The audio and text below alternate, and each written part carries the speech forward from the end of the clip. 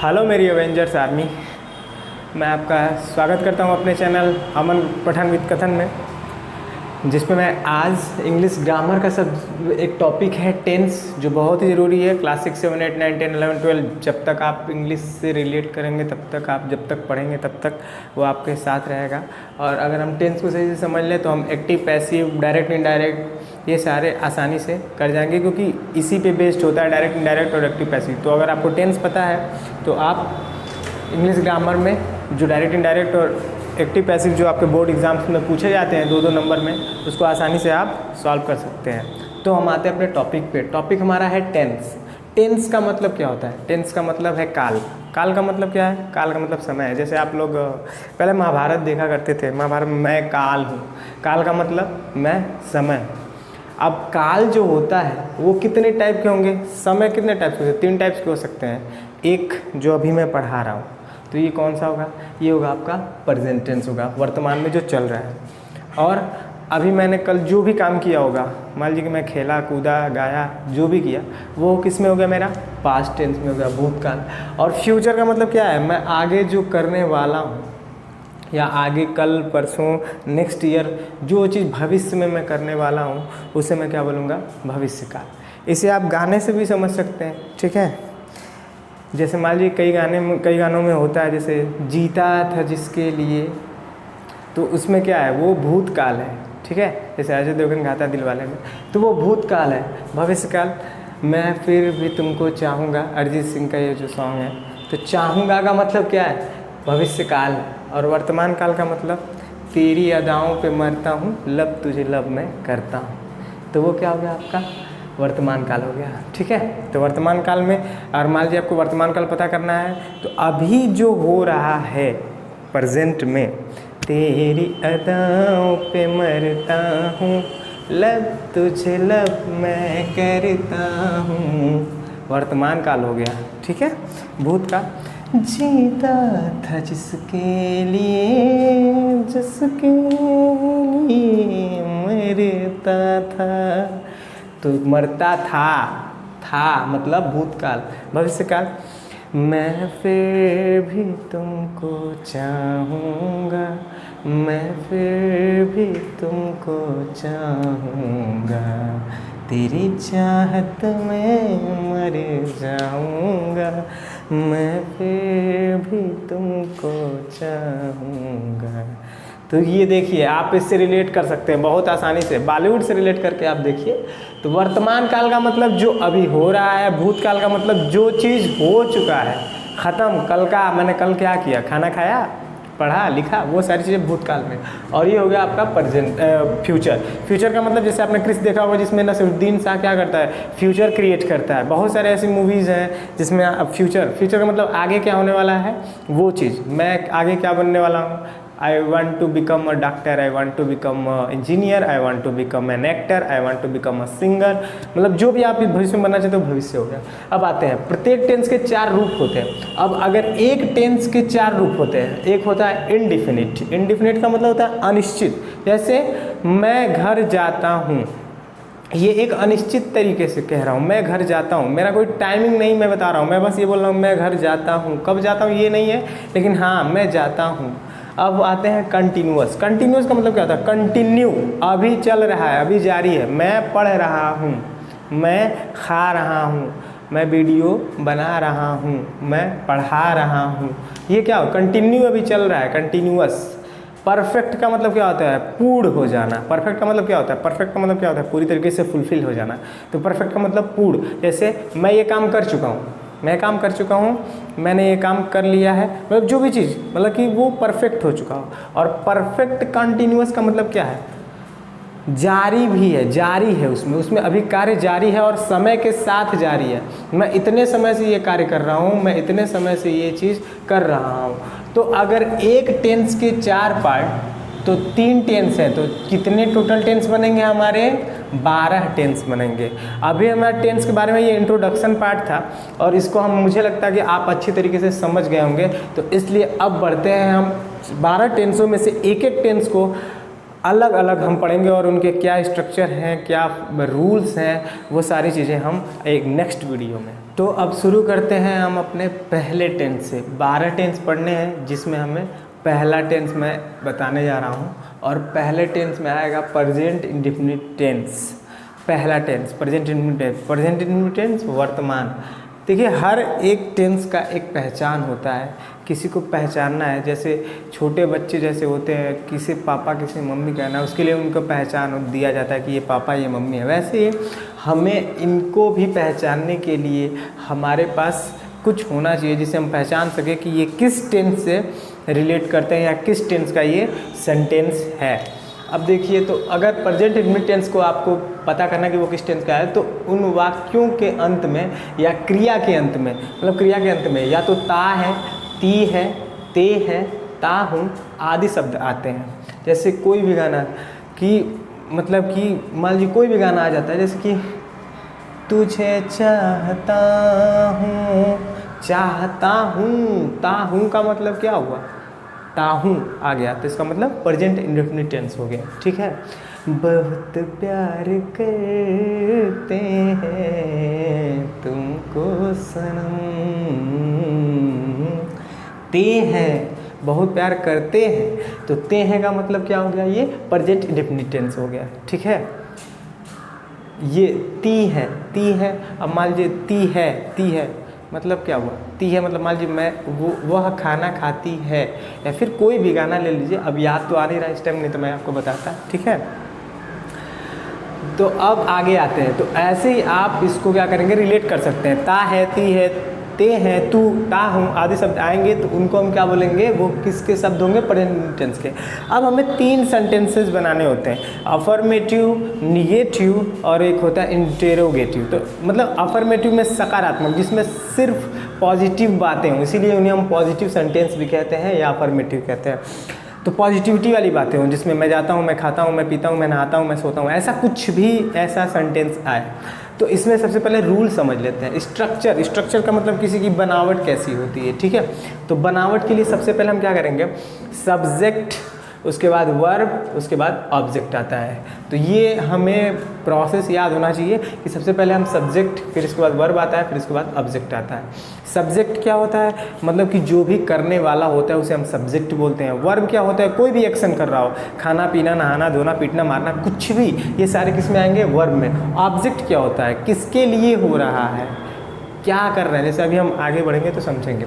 Rule क्या होते हैं, सिर्फ अफर्मेटिव और प्रेजेंट इंडेफिनिट के लिए ये याद रखिए क्या होता है कि अगर सिंगुलर सब्जेक्ट हो, जैसे कि सिंगुलर का मतलब केवल एक सब्जेक्ट हो, मतलब एक वचन अगर हो, एक वचन वाला, उसके साथ हम वर्ब में क्या करेंगे, यस या ईएस जोड़ देंगे। और प्लूरल अगर सब्जेक्ट होगा तो उसमें यस या ईएस नहीं जोड़ेंगे।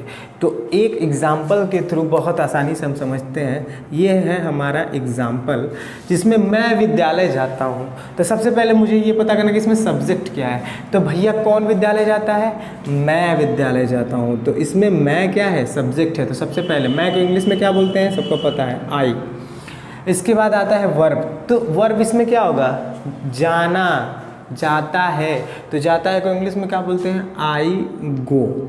तो आई जो होता है वो आता है प्लूरल में, इसलिए हम इसमें यस या ईएस का इस्तेमाल नहीं करेंगे, क्योंकि ये प्लूरल है रूल के हिसाब से, आई गो। अब ऑब्जेक्ट कहाँ जाता है भाई, कहाँ जा रहा है, school, I go to school. Clear है।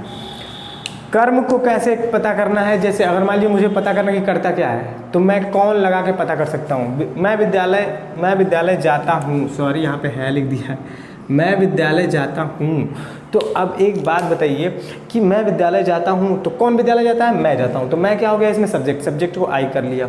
और वर्ब क्या होगा भाई, जाता हूँ, तो जाता हूँ के लिए क्या होगा, गो। और कहाँ जा रहा है भैया, स्कूल जा रहा है, तो आई गो टू स्कूल। बहुत ही ईजी है। अब एक और एग्जांपल समझ लेते हैं सिंगुलर वाला। जैसे मैं कहूँ कि वह खाना खाता है, वह खाना खाता है। अब खाना खाता है, तो इसमें कौन खाना खाता है, तो वह खाता है, वह सब्जेक्ट हो जाएगा, इसके लिए हम लिखेंगे ही। अब क्या कर रहा है, खा रहा है, तो खाने को हम बोलते हैं ईट। अब एक बात बताइए, वह तो अकेला है ना, सिंगुलर है ना, तो सिंगुलर के साथ हम क्या करेंगे, यस जोड़ देंगे। ही ईट्स और खाना क्या होता है, मतलब क्या खा रहा है वो, फूड खाता है, तो FOOD, ही ईट्स फूड। तो हम अभी अफर्मेटिव सेंटेंस के बारे में, प्रेजेंट इंडेफिनिट टेंस के बारे में हम समझ चुके हैं। एक बार आप लोग इसको स्क्रीनशॉट करके और एक नोट्स बना सकते हैं। अब आते हैं अगले सेंटेंस की तरफ। अफर्मेटिव तो हमने क्लियर कर लिया अपना फंडा। अब आते हैं निगेटिव। निगेटिव का मतलब क्या होता है, नकारात्मक, ठीक है। मैं खाना नहीं खाता हूँ, मैं गाना नहीं गाता हूँ, मैं रोता नहीं हूँ, मैं सोता नहीं हूँ, मैं मतलब जो भी नहीं, नकारात्मक मतलब जिसमें निगेटिव वाली बात हो। जैसे आपके माइंडसेट में भी हमेशा निगेटिव ही भरा रहता है कि मैं ये नहीं कर पाऊँगा, मैं ये नहीं कर पाऊँगा। क्यों नहीं कर पाओगे, जस्ट अगर आप कोशिश करोगे, ट्राई तो करो, ट्राई करोगे तो सब कुछ मुमकिन है। निगेटिव अपने माइंड से हटा दो, लेकिन हाँ इसमें से मत हटाओ। अब देखो टेंस में निगेटिव सेंटेंस के बारे में पढ़ते हैं। स्ट्रक्चर में क्या है, कोई अंतर नहीं है, सिर्फ स्ट्रक्चर में क्या है कि उसमें वर्ब में हम एस या यस जोड़ते थे, बट इसमें डू या डज का यूज़ करेंगे और वर्ब से कोई छेड़छाड़ नहीं करेंगे। जैसे गाना है ना, छूना छूना मुझे छूना छूना मुझे छूना, तो कौन बोल रहा है, वर्ब। मत कुछ भी करो भैया, उसे छेड़खानी नहीं करना है, बिल्कुल नहीं छेड़खानी करना है। जो भी करना है हमें डू नॉट या डज नॉट के साथ करना है। तो ये भी याद रखिए, सिंगुलर सब्जेक्ट के साथ डज नॉट लगाते हैं, मतलब अगर सिंगुलर होगा तो डज नॉट लगाएंगे, मतलब एक वचन होगा तो, और अगर प्लूरल होगा तो उसके साथ डू नॉट लगाएंगे। बहुत ही ईजी है, एक बार एग्जाम्पल की तरफ पढ़ते हैं। वे क्रिकेट नहीं खेलते हैं। वे का मतलब क्या है, अब भैया क्रिकेट एक अकेला तो बंदा खेलेगा नहीं, उनके साथ 11 प्लेयर्स होते हैं जिनमें वो खेलते हैं। तो 11 प्लेयर्स का मतलब क्या हो, बहुवचन। बहु का मतलब बहुत सारे लोग, एक का मतलब एक वचन, मतलब एक ही लोग कोई होंगे। तो वे क्रिकेट नहीं खेलते हैं। कौन क्रिकेट नहीं खेलते हैं, तो कौन जब लगाओगे तो हमें क्या मिलेगा, सब्जेक्ट मिलेगा। सब्जेक्ट क्या है इसमें, वे। तो वे को हम इंग्लिश में बोलते हैं दे। अब इसके बाद अगर हम स्ट्रक्चर देखें तो क्या आना है, डू नॉट या तो डज नॉट आना है। स्लैश का मतलब हुआ कि या तो ये या तो वो, आइदर ना इधर, मतलब या तो ये या तो वो। तो डू नॉट या डज नॉट, तो भैया मैंने क्या बोला है, प्लूरल सब्जेक्ट के साथ डू नॉट लगाएंगे। तो दे है तो दे तो मेरा प्लूरल है, तो इसके साथ मैं यूज़ करूँगा डू नॉट का। दे डू नॉट, और क्या होगा उसके बाद, दे डू नॉट। क्रिया वर्ब क्या है, खेलना है, यही तो है। दे do not play, they do not play. अब भैया वे क्या नहीं खेलते हैं, क्रिकेट नहीं खेलते हैं, वो हो जाएगा मेरा object. They do not play cricket, they do not play cricket. As much easy है, just try to understand and keep watching the video. Ram घर नहीं जाता है, नेक्स्ट है, राम घर नहीं जाता। राम भैया अकेले जा रहा है, किसी और के साथ तो जा नहीं रहा, अपने सहेली के साथ या अपने दोस्त के साथ, किसी के साथ नहीं जा रहा है। तो राम अकेले घर जा रहा है। तो भैया कौन घर नहीं जाता है, राम घर नहीं जाता है। राम क्या भैया, सब्जेक्ट है, तो इसलिए इसके साथ लगाएंगे राम। अब देखिए सब्जेक्ट अकेला है तो अकेले के साथ या तो डज नॉट या डू नॉट, तो अकेले के साथ क्या लगाएंगे, डज नॉट लगाएंगे। राम डज नॉट, सोचना ही नहीं है ब्रो। राम डज नॉट, क्या क्रिया क्या है, जाना है, तो राम डज नॉट जाने को बोलते हैं गो। डज नॉट गो कहाँ, गो टू होम, अपने घर, मतलब घर नहीं जा रहा है, घर नहीं जा रहा है ना, कहीं जा रहा होगा, घर नहीं जा रहा है तो कहीं जा रहा होगा खेलने वेलने। जैसे मैं जाता था, घर नहीं जाता था स्कूल से, सीधा चला जाता था क्रिकेट खेलने। तो Ram does not go to home, तो ऑब्जेक्ट क्या होगा इसमें, होम होगा, और वर्ब क्या होगा, गो होगा। तो निगेटिव सेंटेंस भी बनाना इतना आसान है, डोंट वरी, ठीक है। अब आगे बढ़ते हैं, अब आते हैं आगे की तरफ। आगे क्या है मेरा, अफर्मेटिव मैंने क्लियर कर दिया, निगेटिव क्लियर कर दिया। अब जो है इंटेरोगेटिव, इंटेरोगेशन आपका होना है। जैसे अभी राजकुंद्रा ने जो कांड किया था उसके लिए उसका इंटेरोगेशन होगा, भैया क्या क्या किए हो, ये सब क्या क्या कर रहे हो तुम, ठीक है। तो वैसे ही इंटेरोगेटिव का मतलब क्या हुआ, प्रश्नवाचक। आपसे प्रश्न पूछा जाएगा, क्या करते हो, क्या कर रहे हो, कहाँ जाते हो, कहाँ खाते हो, कहाँ पीते हो, कहाँ पढ़ते हो, ऐसे ऐसे प्रकार के क्वेश्चन होंगे। इंटेरोगेटिव में 3-4 टाइप्स के क्वेश्चन होते हैं, तो मतलब केस होते हैं, केसेस। तो उन केसों के अलग अलग स्टडी करेंगे। पहले केस फर्स्ट पे स्टडी करेंगे। केस फर्स्ट जो होता है बहुत ही नॉर्मल सा होता है, जिसमें जो प्रश्नवाचक वाक्य होते हैं वो क्या से शुरू होते हैं, किससे शुरू होते हैं, क्या से शुरू होते हैं। तो उनके लिए स्ट्रक्चर क्या होगा, हमारा स्ट्रक्चर होगा कुछ ऐसा।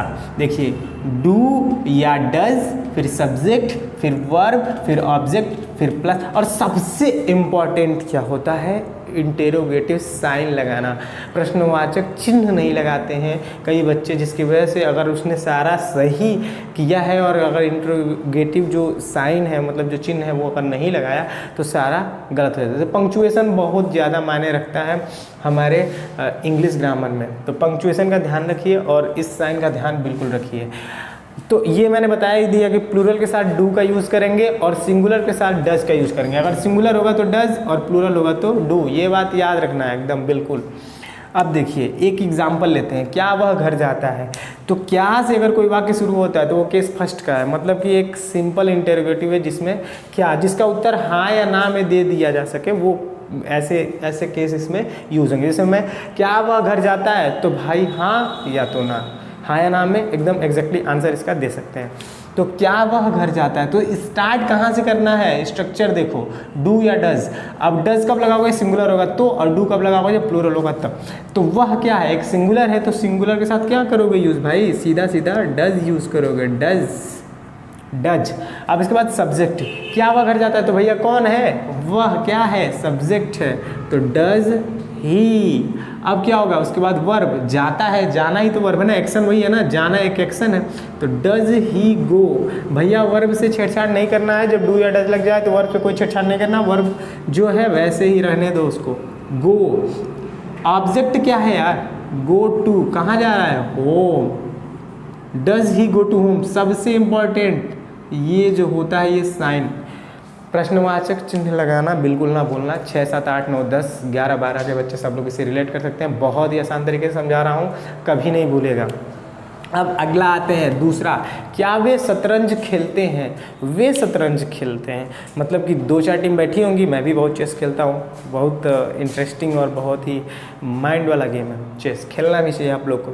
क्या वे शतरंज खेलते हैं, तो क्या वे शतरंज खेलते हैं, तो क्या वे, क्या से शुरू हो रहा है, हाँ या ना में जवाब दे सकते हैं, हाँ खेल रहे हैं या खेलते हैं या नहीं खेलते हैं। तो क्या वे के हिसाब से लगाएंगे, डज या डू। देखो सब्जेक्ट के थ्रू ही चलेंगे, सब्जेक्ट क्या कह रहा है उसके हिसाब से ही हम डज या डू लगाएंगे। सब्जेक्ट मेरा प्लूरल है तो प्लूरल के हिसाब से मैं यहाँ से स्टार्ट करूँगा डू से, डू। उसके बाद मेरा सब्जेक्ट है वे, तो इसको हम लिखेंगे दे, डू दे। अब क्या आएगा, सब्जेक्ट भी लिख लिया, डू या डज का भी यूज़ कर लिया। वर्ब, तो क्या कर रहे हैं, वर्ब में क्या है, प्ले, तो डू दे प्ले। बार बार कह रहा हूँ इससे छेड़खानी नहीं करनी है, जब डू या डज लग रहा है तो इससे छेड़खानी बिल्कुल नहीं करना है, ये जैसा है वैसा ही उसको प्रेजेंट करो। प्ले और प्ले, ऑब्जेक्ट क्या है, क्या नहीं खेलते हैं भाई, या क्या खेलते हैं, चेस। चेस का मतलब होता है शतरंज। और सबसे लास्ट में ये हमारा इंटेरोगेटिव साइन जो होना चाहिए वो एकदम पक्का होना चाहिए।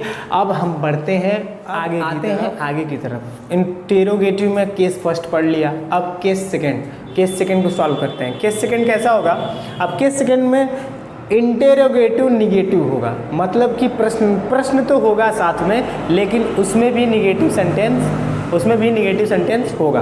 तो निगेटिव सेंटेंस होगा तो क्या करेंगे, देखिए इंटेरोगेटिव निगेटिव का मतलब क्या हुआ हमारा, कि जैसे मान लीजिए मैं बोलता हूँ क्या वह खाना नहीं खाता है, तो मैं प्रश्न भी कर रहा हूँ और साथ साथ में उसमें क्या कर रहा हूँ, नहीं भी लगा रहा हूँ। तो ऐसे केस के लिए इसको हम केस सेकेंड मैंने इसको ले लिया है। अब इसमें प्रोसेस सेम रहेगा, सिर्फ सब्जेक्ट के बाद नॉट लगा देंगे, कुछ नहीं करना है, सिर्फ सब्जेक्ट के बाद नॉट लगा देना और बाकी का हूबहू जैसे है वैसे ही उसको फॉलो करना है बिल्कुल। अब देखिए क्या वे गाना नहीं गाते हैं, भैया नहीं गाते भी होंगे तो नहीं गाएंगे। क्या वे गाना नहीं गाते हैं, तो क्या वे, इसके थ्रू चलने के लिए बोला हूँ। वे क्या है, वे प्लूरल है, प्लूरल के हिसाब से क्या लगाएंगे भैया, डू। सेम प्रोसेस है, सिर्फ एक चीज़ चेंज करना है, मैं बताता हूँ क्या चेंज करना है, डू। उसके बाद आएगा सब्जेक्ट, इसी के थ्रू चलिए, सब्जेक्ट क्या है, वे, तो डू दे। उसके बाद क्या लगाना है, नॉट, नहीं के लिए क्या लगाओगे, not, do they not. Verb क्या है, गाते हैं, तो सिंग, क्या नहीं गाते हैं भाई, song, do they not sing song, do they not sing song. क्या अमन क्रिकेट नहीं खेलता है, क्या अमन क्रिकेट नहीं खेलता है, भाई बहुत खेलता है, इतना खेलता है कि इतना बचपन में पिटा है कि हद है। तो अमन क्रिकेट नहीं खेलता है गलत वाक्य है, लेकिन तब भी इसको हम बनाएंगे। क्या अमन क्रिकेट नहीं खेलता है, तो अमन क्या है भाई, एक सिंगुलर है, अकेला इंसान है अमन, तो अमन क्या होगा, सिंगुलर है, तो सिंगुलर के लिए क्या सबसे पहले यूज़ करेंगे, डज, और उसके बाद से सब्जेक्ट क्या है, अमन है भाई, अमन, डज अमन। अब अमन के बाद क्या करेंगे, नॉट लगाएंगे, नहीं है तो डज अमन नॉट। उसके बाद वर्ब क्या है मेरा, खेलना, तो खेलने के लिए हम कहते हैं प्ले। प्ले क्या नहीं खेलता है, क्रिकेट। सबसे इम्पॉर्टेंट क्या है, याद दिला देता हूँ, इंटरोगेटिव साइन, प्रश्नवाचक चिन्ह लगाना बिल्कुल मत भूलना। ये हो गया हमारा केस नंबर सेकेंड। अब चलते हैं इंटरोगेटिव में, केस सेकेंड हमने कर दिया सॉल्व। अब आते हैं केस थर्ड की तरफ। अब थर्ड में क्या है, अब थर्ड में होगा, जैसे अभी तो हम लोग हाँ या ना में जवाब दे सकते थे, बट अब कुछ ऐसे क्वेश्चन आएंगे जिनके मुझे रीज़न बताने पड़ेंगे।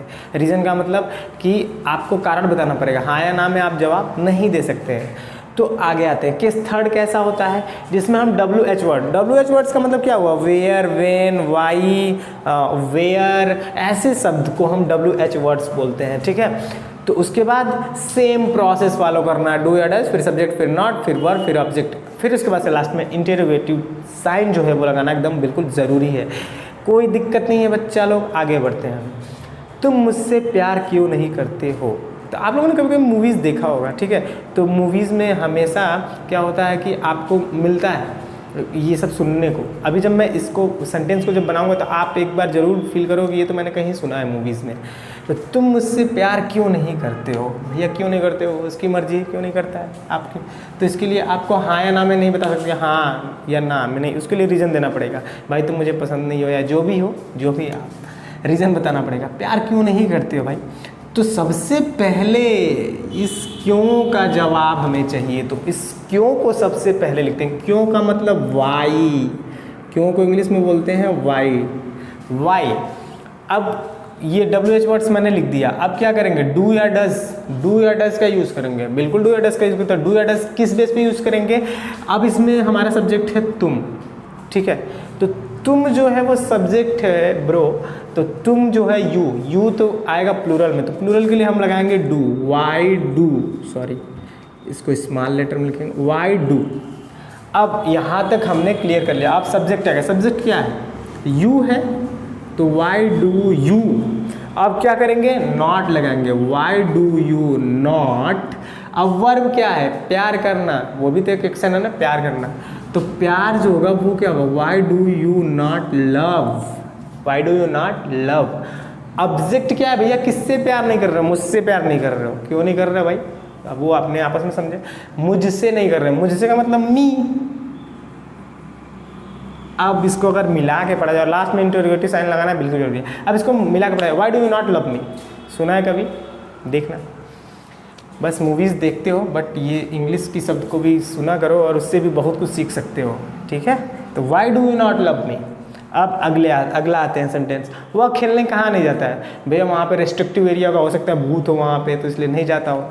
तो वह खेलने कहाँ नहीं जाता है, तो अगर मैं पूछूंगा वह खेलने कहाँ नहीं जाता, तो हाँ या ना में तो जवाब दोगे नहीं, बताओगे कि हाँ यार वहाँ पे इसलिए नहीं जाता है क्योंकि वहाँ पे भूत है या जो भी है। तो सीधा जवाब जिसमें ना दे सकें वो कैसा होता है, दोहरा प्रश्नवाचक इसको हम बोलते हैं, मतलब कि डबल इंटेरोगेटिव होता है, जिसमें क्वेश्चन के ऊपर क्वेश्चन हो, ठीक है। तो वह खेलने कहाँ नहीं जाता है, तो सबसे पहले कहाँ के लिए हम यूज़ करेंगे कि कहाँ क्या कह रहा है, ठीक है। तो कहाँ के लिए हम लगाते हैं वेयर, ये भी एक WH वर्ड ही है, वेयर।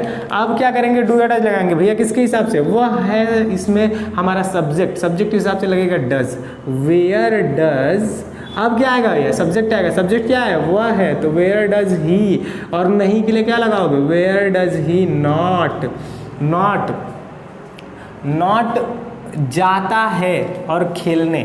अब यहाँ पे थोड़ा सा मैंने ऐसा सेंटेंस लिख दिया, यहाँ पे दो वर्ब्स आ गए हैं, तो एक को इन्फिनेटिव फॉर्म में यूज़ कर लेंगे। इन्फिनेटिव फॉर्म जब मैं कभी वीडियो बनाऊँ तो इन्फिनेटिव का बता दूंगा। एक को इन्फिनेटिव फॉर्म में यूज़ करेंगे और एक को मेन वर्ब के रूप में यूज़ करेंगे, ठीक है। तो where does he not go to play. Infinitive का मतलब होता है जिसके आगे हम क्या करें, टू लगा के हम जोड़ दें। तो टू लगाने किसी भी क्रिया के पहले अगर हम टू लगा दें तो वो इन्फिनेटिव हो जाता है, ठीक है। तो where does he not go to play, मतलब खेलने कहाँ नहीं जाता है, तो गो टू प्ले। तो ये हो गया हमारा केस थर्ड। केस थर्ड आप लोग को आई थिंक मुझे लगता है कि पूरी तरीके से समझ में आ गया होगा। सबसे बड़ी चीज़ होती है ये स्ट्रक्चर, आप ध्यान से देखो और कोई भी सेंटेंस लेके उसको इस स्ट्रक्चर के थ्रू बनाइए, आसानी से हैं आगे की तरफ। केस नंबर 4, भैया इतनी जल्दी जल्दी केस को हम लोग सॉल्व कर रहे हैं भाई। CBI में हम लोग को भी थोड़ा सा देखो, कहीं जगह को मिले तो हम लोग को भी CBI में डाल दो। केस है 4th, CID बना दो हम लोग को। केस 4th अब सॉल्व करना है। केस 4th बहुत ही ईजी है। केस 4th क्या है, WH वर्ड्स प्लस, उसमें हम नॉट को रिप्लेस कर दिया है मैंने। नॉट वाले वाक्य नहीं होंगे वो, ये दोहरा प्रश्नवाचक और साधारण वाक्य होगा। दोहरा प्रश्नवाचक का साधारण वाक्य होगा।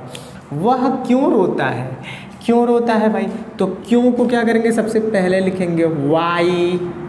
अब वह है तो डू या डज, तो डज लगेगा, सिंपल सी बात है भाई। ही क्या है, सिंगुलर है, सिंगुलर के साथ डज लगेगा। वाई डज, अब वह के लिए क्या लगाएंगे, ही। वाई डज ही, अब क्या होगा भाई, वाई डज ही। अब आएगा वर्ब, वर्ब क्या है, रोना है। Why does he weep. अब इसमें कई लोग पूछेंगे ऑब्जेक्ट कहाँ है, भैया वो किस लिए रो रहा है ये नहीं बताया जा रहा है, किस लिए रो रहा है, इसमें ऑब्जेक्ट नहीं है, तो इसलिए यहाँ पे हम क्या करेंगे, डायरेक्ट लगा देंगे क्वेश्चन मार्क। अब आते हैं सेकेंड, वे कहाँ रहते हैं, वे कहाँ रहते हैं। तो भैया इसमें जो दोहरा प्रश्नवाचक है कहाँ, कहाँ का सबसे पहले हम बना लेंगे, इंग्लिश क्या होता है, वेयर। वेयर, अब वे है तो ये क्या होगा, प्लूरल है, तो प्लूरल के लिए हम क्या यूज़ करते हैं, डू यूज़ करते हैं, सिंपल सी बात है, प्लूरल के लिए हम डू यूज़ करेंगे, वेयर डू। अब आएगा सब्जेक्ट, सब्जेक्ट क्या है मेरा, वेयर डू दे। अब रहने का क्या होता है, रहना, तो वेयर डू दे लीव। कितना ईजी है, इससे ज़्यादा इजी हो नहीं सकता। अब एक लास्ट बचा हुआ इंटरोगेटिव में केस नंबर 5, जो बहुत ही इंपॉर्टेंट है, जो बहुत लोगों को करने नहीं आता है, जिसका कई लोगों को रूल नहीं पता होता है। उसमें लास्ट टॉपिक की तरफ जो बहुत इंपॉर्टेंट है, जो आई थिंक कि कम ही लोग इसको शेयर करते हैं, तो मैं उसे आज आप लोगों के सामने शेयर करता हूँ। तो देखिए ये लास्ट है, केस 5th। 4 केस हमने सॉल्व कर दिया, केस 5th पे आते हैं। हाउ मच, हाउ मेनी और विच जैसे शब्दों को हम कैसे, वाक्यों को कैसे बनाएंगे वो हम देखते हैं। अगर हमसे कोई पूछ दे तुम कौन सी पुस्तक चाहते हो, कौन सी का मतलब कौन सी, मतलब विच, कौन सी जो होता है उसके लिए हम लगाते हैं विच। क्या लगाते हैं, विच।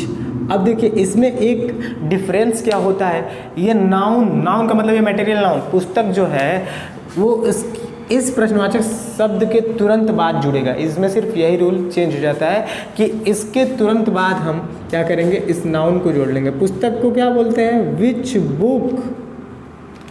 तो मैंने हाउ मेनी, विच या हाउ मच, इसमें से विच मैंने लगा लिया और उसके बाद नाउन जो होगा वो बुक होगा। उसके बाद डू या डज, तो विच बुक, और तुम क्या है इसमें सब्जेक्ट है, तो सब्जेक्ट के हिसाब से क्या लगाएंगे, डू या डज। तो सब्जेक्ट यू है तो यू के हिसाब से क्या लगाएंगे भाई, डू लगाएंगे ना, क्योंकि यू तो प्लूरल है, तो इसके लिए डू लगाएंगे। Which book do. अब इसके बाद क्या करेंगे भाई, सब्जेक्ट, सब्जेक्ट क्या है मेरा, you, which book do you. अब वर्ब क्या है, चाहना, तो चाहने के लिए क्या बोलते हैं, वांट। चाहने के लिए क्या बोलते हैं, वांट। क्लियर। और लास्ट में इंटरोगेटिव साइन लगाना बिल्कुल ज़रूरी है। अब एक आते हैं, वह कितना दूध पीता है। अब यहाँ पे एक थोड़ा सा कन्फ्यूजन वाली चीज़ क्या है, हाउ मेनी और हाउ मच का यूज कब करेंगे। हाउ मेनी जिस चीज़ को हम काउंट कर सकते हैं उसमें हाउ मेनी, जैसे पैसा हो गया या पेड़ हो गया या पेन हो गया, पेंसिल हो गया, तो उसके लिए हाउ मेनी। और दूध, पानी या कोई भी मटेरियल नाउन जो जिसमें होते हैं उनको, मतलब जैसे मटेरियल का मतलब मटेरियल में दूध भी आएगा, सोना भी आएगा, तो सोने को तो हम काउंट कर सकते हैं ना वेट करके, या फिर सोने की अगर टुकड़ी हो तो उसको भी गिन सकते हैं। तो मतलब कहने का मतलब जिसे हम गिन ना पाए, अनकाउंटेबल जो, उसमें हम क्या करेंगे, हाउ मच लगाएंगे। तो दूध को क्या हम गिन सकते हैं, नहीं गिन सकते हैं, दूध को हम बिल्कुल नहीं गिन सकते हैं, तो इसलिए इसमें हम लगाएंगे हाउ मच। क्या लगाएंगे, हाउ मच, हाउ मच। अब दूध क्या है भैया, मटेरियल नाउन है, तो नाउन है तो इसके साथ आएगा noun, how much milk, milk. अब भैया डू या डज, तो वह है तो सिंपल सी बात है, सिंगुलर है, सिंगुलर के साथ हम क्या लगाएंगे, डज लगाएंगे। How much milk does, does. उसके बाद क्या आएगा मेरा subject, how much milk does he, पीता है मतलब वर्ब है, how much milk does he drink, और लास्ट में हमारा क्वेश्चन मार्क। अब लास्ट है इस प्रेजेंट इंडेफिनिट टेंस का बताने जा रहा हूँ, जिसमें मैं कुछ स्पेशल चीज़ें बताऊँगा। तो इसके लिए हम स्पेशल 1 की तरफ। स्पेशल में क्या है, जैसे कई बार आ जाता है बच्चों को कि कभी नहीं वाले वाक्य आ जाएंगे। मैं कभी नहीं जाता हूँ, मैं कभी नहीं खाता हूँ, मैं कभी नहीं सोता हूँ, मैं कभी नहीं पीता हूँ, मैं कभी नहीं रोता हूँ। तो ऐसे अगर वाक्य आ जाएंगे, कभी नहीं वाले वाक्यों में डू नॉट या डज नॉट का प्रयोग बिल्कुल नहीं करना है हमें। और सिंगुलर के साथ वर्ब में ऐसे ये जोड़ेंगे और प्लूरल के साथ वर्ब को हू बहू छोड़ देते हैं। हू बहू का मतलब जैसे हैं उनको हू बहू वैसा ही छोड़ देते हैं। तो वह कभी झूठ नहीं बोलता है, ऐसा हो नहीं सकता, बट वाक्य है बनाते हैं। वह कभी झूठ नहीं बोलता, तो वह सबसे पहले सब्जेक्ट का यूज करोगे। सिंपल सी बात है कि सब्जेक्ट का यूज करेंगे। तो ही, अब इसमें मैंने क्या बोला है, डू नॉट या डज नॉट का यूज नहीं करेंगे। किसका यूज करेंगे? नेवर। कभी नहीं के लिए किसका यूज करेंगे? नेवर। He never, never. उसके बाद क्या हमारा आएगा, मैं स्ट्रक्चर लिखना भूल गया हूँ बट अभी मैं यहाँ पे लिख दूंगा। ही नेवर, अब क्या बोलना, ही नेवर टेल। तो सिंपल सी बात है कि ही क्या है, सिंगुलर है, तो इसके साथ में एस को ऐड कर दूंगा। ही नेवर टेल्स अ लाई। लाई मतलब, लाई का मतलब क्या होता है? झूठ। एक लाई मूवी भी है साउथ में, लाई। लाई का मतलब क्या है? झूठ। लाई डिटेक्टर मशीन आती है जिसमें हम झूठ भी पकड़ते हैं, तो लाई का मतलब झूठ। वे कभी स्कूल नहीं जाते हैं। अब वे कभी स्कूल नहीं जाते हैं, फिर इसमें भी तो कभी नहीं आ गया ना, तो कभी नहीं वाले वाक्यों में हमें क्या करना है? सबसे पहले सब्जेक्ट ढूंढना है। सब्जेक्ट क्या है? वे, तो दे। डू नॉट या डज नॉट नहीं लगाना है भूल के भी। कभी नहीं वाले वाक्यों में कभी भूल के भी आप डू नॉट या डज नॉट का यूज नहीं करेंगे। किसका यूज करेंगे? नेवर। They never. जाने को क्या बोलते हैं? गो। अब सिंपल सी बात है कि दे क्या है, मेरा प्लूरल है, तो प्लूरल के साथ मुझे ऐसे यस जोड़ना है ही नहीं, तो जैसे का है वैसे ही हूबहू छोड़ देते हैं। They never go, they never go to school. They never go to school, ठीक है, they never go to school. अब इसका स्ट्रक्चर मैं यहाँ पे लिख देता हूँ, मैं भूल गया था तो मैं यहाँ पे स्ट्रक्चर लिख देता हूँ और स्ट्रक्चर आप लोग लिख लेंगे। सबसे पहले सब्जेक्ट का यूज़ करेंगे और मुझे डू नॉट या डज नॉट का यूज़ बिल्कुल नहीं करना है, नेवर का यूज़ करना है। नेवर के बाद वर्ब का यूज़ करना है। अगर सिंगुलर है तो ऐसे यस जोड़ेंगे और अगर प्लूरल है तो ऐसे यस नहीं जोड़ेंगे, और उसके बाद हमारा आएगा ऑब्जेक्ट। बस अब आते हैं अपने वीडियो के क्लाइमैक्स में, जहाँ पे हम बात करेंगे अपनी लास्ट टॉपिक पे। स्पेशल में दूसरा स्पेशल है। अब देखिए ये स्पेशल क्या है, आई थिंक कि मैंने प्रेजेंट इंडेफिनिट के हर एक प्रकार के वाक्य बनाने आपको बता दिए हैं, और अगले पार्ट में इंतज़ार करिए और मेरे चैनल को सब्सक्राइब करिए, लाइक करिए और कमेंट करिए। आगे बढ़ते हैं। हु वाले अफर्मेटिव वाक्यों में डू या डज का यूज़ नहीं करते हैं तथा निगेटिव वाले वाक्यों में डू या डज के बाद नॉट लगाते हैं। कई लोगों को समझ में नहीं आएगा। हु वाले वाक्यों में मतलब, हु वाले वाक्य का मतलब क्या हुआ, मतलब वो इंटेरोगेटिव होगा। इंटेरोगेटिव में मतलब अगर हु आता है, जैसे वहाँ कौन आता है, वहाँ कौन खाता है, दरवाज़ा कौन खटखटाता है, अगर ऐसे वाक्य आएंगे अफर्मेटिव में, इंटेरोगेटिव अफर्मेटिव आएंगे, तो उसमें हु के साथ डू या डज का यूज़ नहीं करना है, क्योंकि वहाँ पे जो हु होगा, वहाँ पे जो कौन होगा, वो खुद एक सब्जेक्ट का काम करेगा, वो खुद सब्जेक्ट का काम करेगा। जैसे दरवाज़ा कौन खटखटाता है, तो भैया कौन खटखटाता है, तो इसमें कौन क्या हो जाएगा, सब्जेक्ट का काम करेगा। तो सब्जेक्ट को सबसे पहले लिखते हैं हु। यहाँ पे डज या डू का यूज़ बिल्कुल नहीं करना है। हु, और खटखटाने को क्या बोलते हैं, नॉक। Knock, who knock. अब भैया हु कोई भी अगर अकेला होगा, कौन खटखटा रहा है तो अकेला ही होगा, तो हु नॉक्स। क्या नहीं खटखटाता है, दरवाज़ा खटखटा रहा है। Who Knox the door, who Knox the door. तो इसमें हम डू या डज का यूज़ नहीं करेंगे। अगर इंटेरोगेटिव अफर्मेटिव होगा तो जहाँ पे कौन खुद सब्जेक्ट का काम करेगा, तो वहाँ पे हमें डू या डज का यूज़ नहीं करना है। अब नेक्स्ट सेंटेंस में आते हैं जो निगेटिव वाले हैं। तो दूध कौन पसंद नहीं करता है, मतलब कि इसमें प्रश्न भी पूछ रहा है और साथ में नहीं भी है, तो इसको बोलेंगे इंटेरोगेटिव निगेटिव। और प्रश्न पूछेंगे और साधारण पूछेंगे, जैसे दरवाज़ा कौन खटखटाता है, तो ये इंटेरोगेटिव अफर्मेटिव है। तो निगेटिव वाले को कैसे सॉल्व करेंगे भैया, कैसे इसको हम स्ट्रक्चर के पिरोएंगे, ठीक है, देखते हैं। दूध कौन पसंद नहीं करता, तो कौन क्या है इसमें, सबसे पहले कौन का हम बना देंगे, हु। अब हु नहीं, कौन क्या है यार, सिंपल सी बात है, सिंगुलर है, एक ही बंदा जो होगा जो पसंद नहीं कर रहा होगा। Who does not, who does not, who does not. अब पसंद करना का मतलब क्या होता है, like. Who does not like, क्या पसंद नहीं करता बंदा, मिल्क पसंद नहीं करता। Who does not like milk. और हम लोगों ने आज प्रेजेंट इंडिपेंडेंस के हर एक वाक्य को बना के देख लिया, अफर्मेटिव, नेगेटिव, इंटरोगेटिव में केस 5 और स्पेशल, सारी चीज़ें बना के देख लिया। अब अगले पार्ट में आएगा पास्ट इंडिपेंडेंस के वाक्यों को हम कैसे बनाएंगे। तो please share, subscribe, like and comment to my channel. Bye.